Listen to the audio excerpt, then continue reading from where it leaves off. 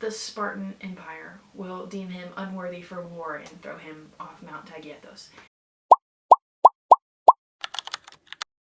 This is going to be not a difficult video to film or a difficult topic to share, but more of a warning, or rather a suggestion if you are an expecting mother to prepare yourself for postpartum in ways that you may not have thought to do thus far. Throughout my pregnancy, and especially towards the end of my pregnancy, I was always on TikTok and YouTube trying to best prepare myself for birth and taking care of a baby. Life hacks, labor hacks, what to expect type thing. And every video that I watched really focused on the joys of motherhood. However, not one video I found talked about postpartum truthfully.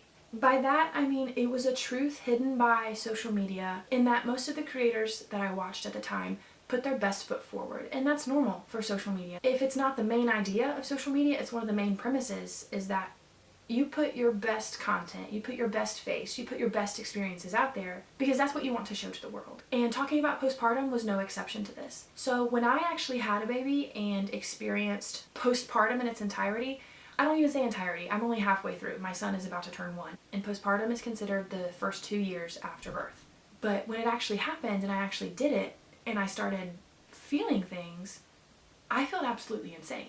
Let me make a note. A hellish postpartum isn't a universal experience. However, it's a very underreported experience because how those that have it feel others will perceive them. I know this because when I started sharing little tidbits of my postpartum experience just with friends, I got different reactions than I was anticipating. So I put on this show of, it's the easiest thing ever. Everybody that asks, you know, how are you? How are you doing? How's being a mom? Like, that was easy. I had these responses memorized, okay? For example, just about the whole experience in general, and I was like, do you have intrusive thoughts? Like, things that you know will never happen, but that you still fear will happen? And she's like, oh, you mean like not buckling their car seat?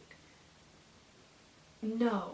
Fearing that the Spartan Empire will deem him unworthy for war and throw him off Mount Taygetos. That's more what I mean.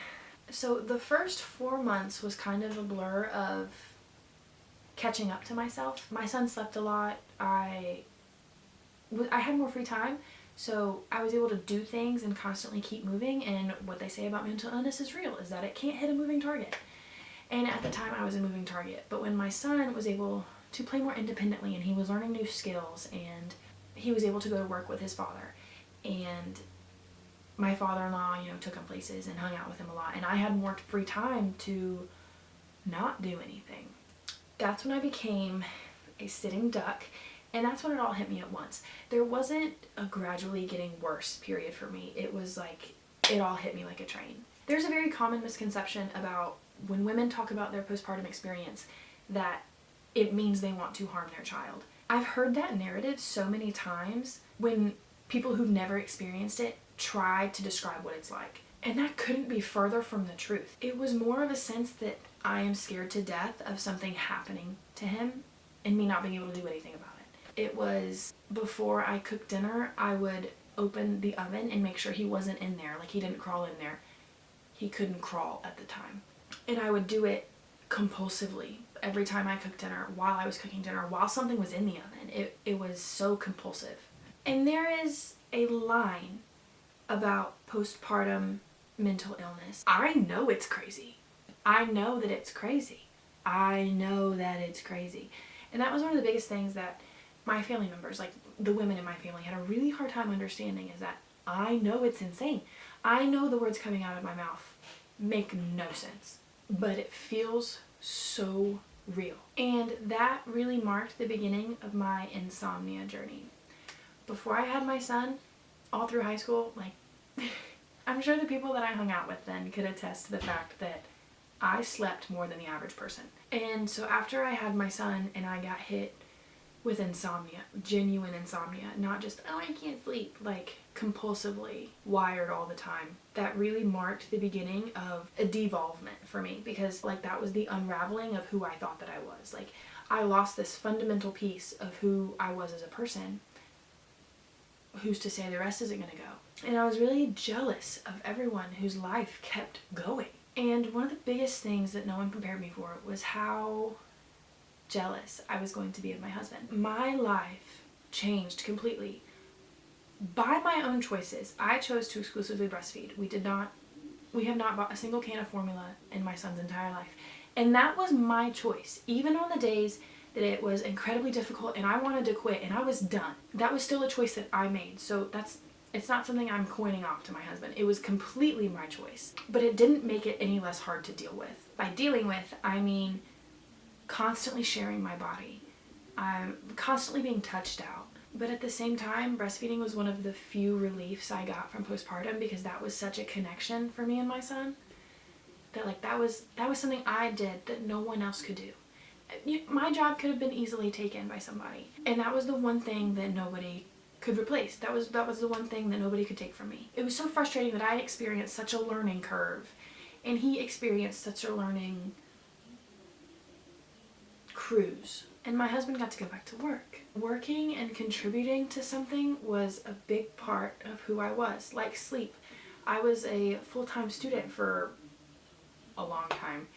I loved learning. I loved taking classes, and I was a very ambitious person, both academically and career-wise and socially. And again, that was something that became very small after I had a baby, and something that became so very normal and constant for my husband after he had a baby too. And so that was another facet of my identity that I had lost. And it also really taught me what it means when you're told marriage is hard. When you get married, you're not guaranteed to stay that same person. Your partner isn't guaranteed to stay that same person that you're married to. And that's incredibly difficult. My husband fell in love with me at a very specific point in time where I was a very specific version of myself. And motherhood completely threw that, upside down. The hard part came from navigating loving and giving yourself to another person when you don't exactly know who you are. And that's such a vague phrase, and when people said that, I was like, you don't know who you are. What does that even mean? I'm not sure what it means now, but I know that it happened to me. But let's talk preparation. If I could prepare any mom for postpartum, I would tell you that a few things are normal. Number one, it's normal to be jealous of your partner. And it's something I still struggle with. I love my husband more than a lot of things. And he's my best friend. But some days I'm also incredibly jealous of the life that he leads, even though I'd never trade places with him. Let me make that clear. Number two, you have to talk to somebody. You have to talk to someone about it. It doesn't even have to be someone who's going to understand, or even someone that's had a baby, or even someone that can give you advice. It just has to be somebody. There was a point where I had to tell my husband to just shut up and listen. I don't need you to try and fix it, because that's what men do. I just need you to listen, and I don't need you to tell me it sounds crazy, because I know it sounds crazy. I just need you to shut your mouth and listen. 3, you're not a bad mom if it happens to you. I never thought it would happen to me. I never thought that postpartum would end up being a term that I coined or used for this experience at all. Number 4, postpartum rage is real, and it is not towards your child. Let me say it again. It is not towards your child. If you are having postpartum rage or thoughts of harming your child, you need to see a specialist. However, postpartum rage towards everyday things, unfortunately, is a part of postpartum. I would bang my head against the wall of the shower when my son started to cry. And it wasn't because I was mad my son was crying. I was mad because I wanted to take a shower. Postpartum rage was a really big one for me. And it made me an angry woman. It's leveled out. Now it's more of postpartum aggravation. But let me cap that off with number 5. You need to throw the plan out the window, okay? I had a very nice, very cute little plan of what my postpartum was going to look like, how I was going to recover in the first few days, how my husband should help me. Like, I had a schedule for most things, like groceries, and a chore list of what days I would do what. That made me insane. When I wouldn't accomplish something, that's when the rage started. I would get very angry at myself or my husband or the task that was to be done because it didn't get completed. Make it incredibly hard on myself that my goals weren't being met. Let your hormones and your recovery and the cues that your baby sets set the tone for your postpartum. And it's like a period. You don't cut or dye your hair when you're on your period. That's just a known rule of being a woman. It's the same goes. But if you are expecting and you are scared, I was too. But there's something so beautiful in the fact of how resilient mothers are, and then I can promise you, you're gonna figure it out. You're gonna figure it out, whether that looks like going on medication or whether that looks like seeking outside help from family. Whatever it looks like for you, you're gonna figure it out. Don't make any permanent decisions alone in that period of postpartum. If you are not expecting, or if you're a man, or if you knew me a long time ago, I hope this really shows you that the human experience is very individual. And if you get anything out of this, I hope it is empathy. That's all, folks.